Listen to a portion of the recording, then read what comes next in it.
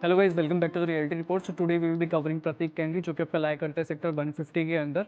सारे के सारे अपार्टमेंट की अगर मैं बात करूँ, गोल्फ कोर्स अपार्टमेंट आते हैं। 12.5 एकड़ की टाउनशिप आती है। तो अगर मैं प्रोजेक्ट की बात करूँ प्रतीक कैंडी की, अगर एग्जैक्ट लोकेशन की बात करें, सेक्टर 150 की लोकेशन आती है। सारे गोल्फ फेसिंग आपको अपार्टमेंट यहाँ को देखने को मिलते हैं। 12.5 एकड़ की टाउनशिप आती है, जिसमें टोटल 9 टावर्स आते हैं।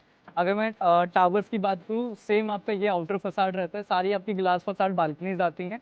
एंड जैसे आप अपने टावर में एंट्री करते हो, टावर में एंट्री करने से पहले आपको यहाँ पे सारी आपको मोटर बॉडीज मिलती है। 70% आपको यहाँ पे ओपन एरिया मिलता है।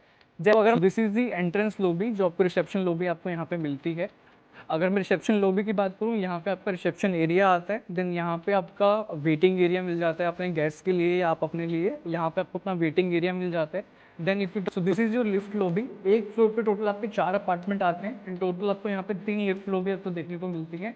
जैसे आप अपने अपार्टमेंट में देखते हैं, यहाँ पे दो साइजिंग मिलते हैं। यहाँ पे आपको 1700 square feet and 2040 square feet. जो अभी सो जैसे आप अपने अपार्टमेंट में एंट्री करते हो 2050 स्क्वायर फीट के अंदर, सो this is the entrance lobby. यहाँ पे आपको अपना फ्लोरल एरिया मिल जाता है। अगर मैं डोर की बात करूँ, 8 फीट की डोर की आपको हाइट मिल जाती है। अगर मैं फ्लैट के अपार्टमेंट की बात करूँ, यहाँ पे 12 फीट की आपको सीलिंग हाइट मिलती है। फोर एरिया से एंट्री करते ही आपको अपना लिविंग एरिया मिल जाता है। लिविंग एरिया की अगर मैं बात करूँ, तो यहाँ पे आपको 12 बाई 14 का लिविंग एरिया मिल जाता है। देन यहाँ पे आपको अपना डाइनिंग एरिया मिल जाता है। डाइनिंग प्लस आपको यहाँ पे अपना फैमिली एरिया मिल जाता है। अगर मैं इस पर्टिकुलरली एरिया की बात करूँ, तो आपको यहाँ पे 15 बाई 10 का आपका डाइनिंग एंड फैमिली एरिया आपको यहाँ पे मिल जाता है। प्लस ठीक यहाँ पे आपको अपना स्टोर रूम मिल जाता है, या आप बोल सकते हैं आपको अपना एक स्टडी रूम मिल जाता है। अगर मैं यहाँ की बात करूँ, तो 5.5 बाई 10 का आपको स्टडी रूम मिल जाता है। स्टडी रूम से आपको अटैच यहाँ पे अपना एक वॉशरूम मिल जाता है। देन यहाँ पे आपको एक अपनी यूटिलिटी बालकनी मिल जाती है, जो कि आपको कनेक्ट करती है अपने सर्वेंट रूम किचन से। तो अपना स्टडी रूम से निकलते हैं। देन आपको यहाँ पे बेडरूम 1 मिल जाता है। अगर मैं बेडरूम 1 के साइज़ की बात करूँ, तो आपको यहाँ पे 10 बाई 13 का साइज़ मिल जाता है अपना बेडरूम 1 का। जैसे आप अपने बेडरूम में एंट्री करते हो, देन आपको यहाँ पे अपना एक अटैच वॉशरूम एरिया मिल जाता है। Then this is the master balcony, जो कि आपको कनेक्ट करती है बेडरूम 2 से एंड बेडरूम 3 से। एंड सारे अपार्टमेंट आपको यहाँ पे गोल्फ फेसिंग अपार्टमेंट मिलते हैं, बिकॉज इट्स पूरा का पूरा, अगर मैं प्रोजेक्ट की बात करूँ, आपको गोल्फ फेसिंग की पूरा प्रोजेक्ट आता है। 9 पोस्ट आपको गोल्फ फेसिंग यहाँ पे अपार्टमेंट देखने को मिलते हैं। बेडरूम 2 मिल जाता है।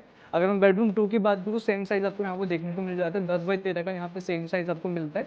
देन यहाँ पे सेम आपकी मास्टर बालकनी मिल जाती है, जो कि आपकी कनेक्ट करती है बेडरूम 1 से बेडरूम 2 से आपका मास्टर बेडरूम पे। सेम अगर मैं इसके वॉशरूम एरिया की बात करूँ, देन आपका यहाँ पे इसका वॉशरूम एरिया आपको वहाँ पे मिल जाता है। और this is the kitchen area. काफ़ी ओपन आपको यहाँ पे किचन एरिया मिल जाता है। काफ़ी मैसिव एंड काफ़ी अच्छा आपको यहाँ पे ओपन एरिया किचन एरिया मिल जाता है। तो अगर मैं किचन एरिया की बात करूँ, तो मोटा मोटा आपको यहाँ पे 8 बाई 11 का आपको ओपन किचन एरिया मिल जाता है।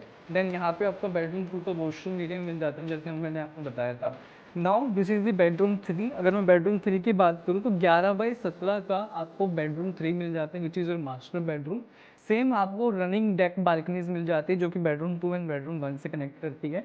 जैसे आप यहाँ पे बेडरूम मास्टर बेडरूम में आप अपनी एंट्री करते हो, now this is the dresser area. Same आपको एमिनिटीज सेम सारी चीज़ें आपको यहाँ पे मिलने वाली है। Now this is the dresser area, this is the आपका वॉशरूम।